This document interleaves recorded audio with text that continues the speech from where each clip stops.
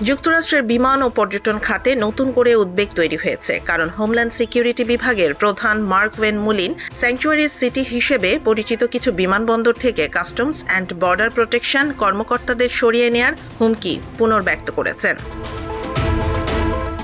এই প্রস্তাব বাস্তবায়িত হলে আন্তর্জাতিক ফ্লাইট পরিচালনায় বড় ধরনের বিঘ্ন ঘটতে পারে বলে আশঙ্কা করছে এয়ারলাইন ও ট্রাভেল ইন্ডাস্ট্রি।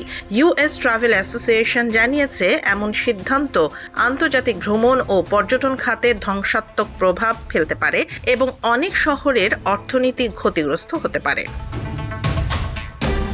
সংস্থাটির মতে, মুলিন এক বৈঠকে এই বিষয়টি আবারও তুলে ধরেন, যেখানে প্রশাসনের অন্যান্য ভ্রমণ সম্পর্কিত প্রস্তাব নিয়েও আলোচনা চলছিল। পরে বড় এয়ারলাইন্সগুলোও এই ধারণার বিরোধিতা করে। পরিবহন সচিব শন ডাফি কংগ্রেসের শুনানিতে বলেন, রাজনৈতিক মতভেদের কারণে বিমান চলাচল সীমিত করা ঠিক হবে না। তার মতে, যুক্তরাষ্ট্রে এমন সিদ্ধান্ত ভবিষ্যতে উভয় রাজনৈতিক দলের ক্ষেত্রেই বিপরীত প্রভাব ফেলতে পারে।